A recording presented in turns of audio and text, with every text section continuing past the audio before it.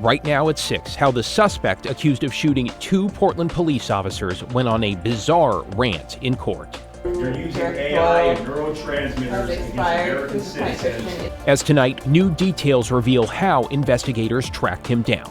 Plus, second time's the charm? When we're in the bottom 10 of all the good categories and the top 10 in the bad categories, we need change.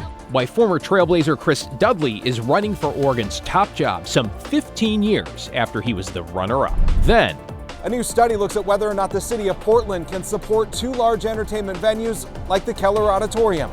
The results of that study and what it said about the Keller coming up. and later, the buzz is building in Milan Cortina as we count down the final 9 days to the Olympic opening ceremony. But first to our top story, and the suspect accused of shooting and injuring 2 Portland police officers making his first court appearance. Let's get right to investigative reporter Evan Watson downtown. Evan, you also have new court documents that shed light on his arrest and the shooting itself. What'd you find? David, investigators used a tip from a worker at an airport park and fly in order to identify Eric Elkers in this case. Then investigators followed up with TriMet Max video and their own police database to track him down. Now that Elkers is in custody, he is refusing to comply with the court system. Eric Elkers, accused of shooting 2 Portland police officers, walked into a Multnomah County courtroom Tuesday and quickly challenged his arrest. The case ending in 923, the appointment to You're using AI and neurotransmitters against American citizens, working with illegal immigrants and Antifa. So, Mr. Elkers, we can do this hearing now. If you're not willing to participate, You're a traitor. Trump's coming. Military's coming with him. Elkers continued talking over the judge and attorneys for about 5 minutes and refused to identify himself. The judge delayed his arraignment for another week.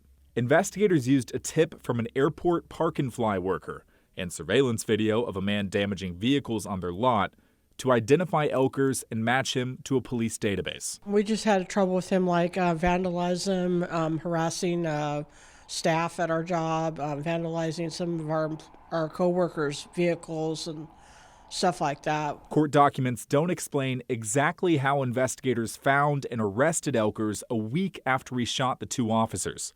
But during the arrest, police recovered a gun and holster consistent with the bullet casings found at the scene. District Attorney Nathan Vasquez promises an aggressive prosecution. Portland cannot and will not become a place where someone can shoot at police and get away with it. Elkers remains in custody, facing felony charges of attempted murder and assault. So, Evan, I'm curious to know, what have we learned about the officers' injuries and how they're doing now? Yeah, of course, David. We know some more details about what happened here based on the court documents today. Police say that one officer was shot in the arm and the side of his face and ear, and the other was shot in the groin area and actually broke his femur. But some good news tonight, both officers have been released from the hospital and they are both recovering. That is great news. Evan Watson downtown. Appreciate the update, Evan.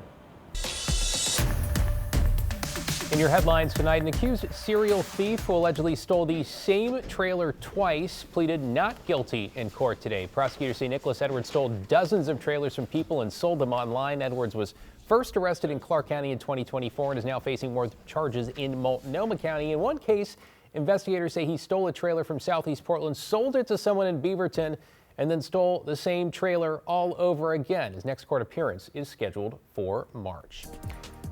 One person has suffered life-threatening injuries after they were stabbed this morning in Portland's Montevilla neighborhood. Police say it appears this happened in a room at the Montevilla Motel on Southeast 99th and Pine. Authorities say someone called 911 reporting they found the man sitting along the road. A woman staying at the motel also said she heard yelling. Police are now searching for the suspect.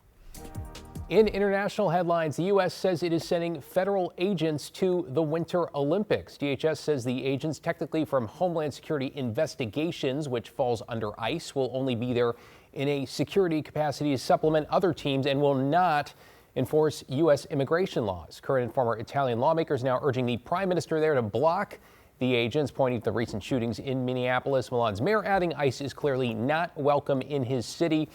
It's worth noting agents from HSI handle cross-border investigations and are often stationed at embassies around the world. Back in the Northwest, new data shows Portland's unemployment rate held steady at 5% in December. That's compared to the state's unemployment rate, which also held steady at 5.2%. Meanwhile, the metro area as a whole saw a slight dip in jobs last month, down some 400 positions. And at least 3 Shiloh Inn locations in Oregon have now filed for bankruptcy. A sign on the door at the Bend location says the closure was, quote, due to unexpected circumstances. Court documents show the inn filed for bankruptcy along with hotels in Warrenton and Newport. Matt?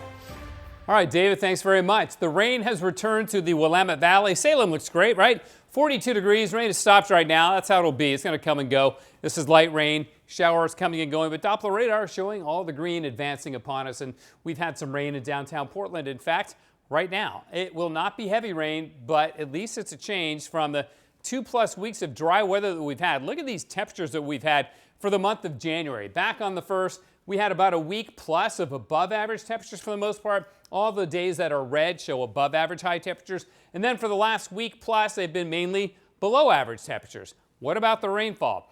Pretty much non-existent for the last 16 days. You got to go back to January 11th. That's the last time we had measurable rain in Portland, and really nothing appreciable until you go back to the 7th of January. So it's been a long dry spell, but it's beginning to break down and end. Now, as I mentioned, no measurable rain the last 16 days, and our rain for the month of January so far, only about 50% of average to date. So we're way below average and way below normal. Showers returning tonight, though. We get more rain tomorrow, and it will be on the warmer side. If you're tired of these cold mornings, well, you don't have to be tired anymore because we're done with those for a while, David. Yeah, definitely overdue for some vitamin R, as you say. Thanks, Matt. Okay, let's talk election season, because you might say Oregon's Republican primary in the race for governor is getting crowded. We're talking State Senator Christine Drazen, Marion County Commissioner Danielle Bethel, and State Representative Ed Deal, all on a growing list that now includes former Trailblazer Chris Dudley. Celine Stevens sat down with Dudley to talk about why he is jumping in 16 years after he ran for the top job and came in second. Celine. David, yep. So he's looking at education, livability, and the economy. Those are all core issues that Dudley told me he plans to focus on this morning. He last came close to winning the governor race years ago, but he says despite all that time, he believes he can do it again. I think one thing, I feel that leadership's part empathy, part accountability. You have to have both. And I would argue right now we have neither. Chris Dudley is running as a Republican candidate for Oregon governor for the second time. What I've been doing over the last couple months is going across the state, talking with different people in different areas, and getting a sense of where things were. And there's just a real energy out there. And for me, the focus is it was hard to sit back. The former Blazers player first ran back in 2010, losing to Democrat John Kitzhaber by a slim margin. Now he's trying again. The word I keep hearing over and over and over again is lack of accountability in the state. And I think that's partly happens, and it can happen on both sides, is when you have one party control for so long. That sometimes it can get out of balance. Alexander Ross, a professor at Portland State University, says this might be one of the most pivotal races in Oregon's Republican Party history. But there's a big pivot here that's open for the Republicans, and it'll be interesting to see whether or not they take it or whether they continue in the sort of MAGA lane. Dudley discussing his core issues revolving around the economy, education, and livability. When we're in the bottom 10 of all the good categories and the top 10 in the bad categories, we need change. While he's running against other Republicans like Senator Christine Drazen, Marion County Commissioner Danielle Bethel, and Representative Ed Deal, Dudley says he's not too concerned. All the partisan, the name calling thing, we got to stop that. We need someone from outside who has the expertise to come in and say, hey, we can work together and we can solve this state's problems. At the very least, he's going to make the race a whole lot more interesting for Drazen, because I think he will pull more votes from her side than Deal or others on the further right flanks. When it comes to immigration? Well, where I lie is whether it's federal issues or state officials, state officers, to protesters. We all have to follow the law. We have to follow the state laws, the federal laws, the Constitution. In terms of his positions, like you said, on ICE, that's going to come up, and that's a hot button issue I'm not sure he can evade very easily. So Dudley kept reiterating that he's a solutions-based candidate, and what the state needs now is bold leadership. The primary election is on May 19th. That'll be here before we know it. Thanks, Celine.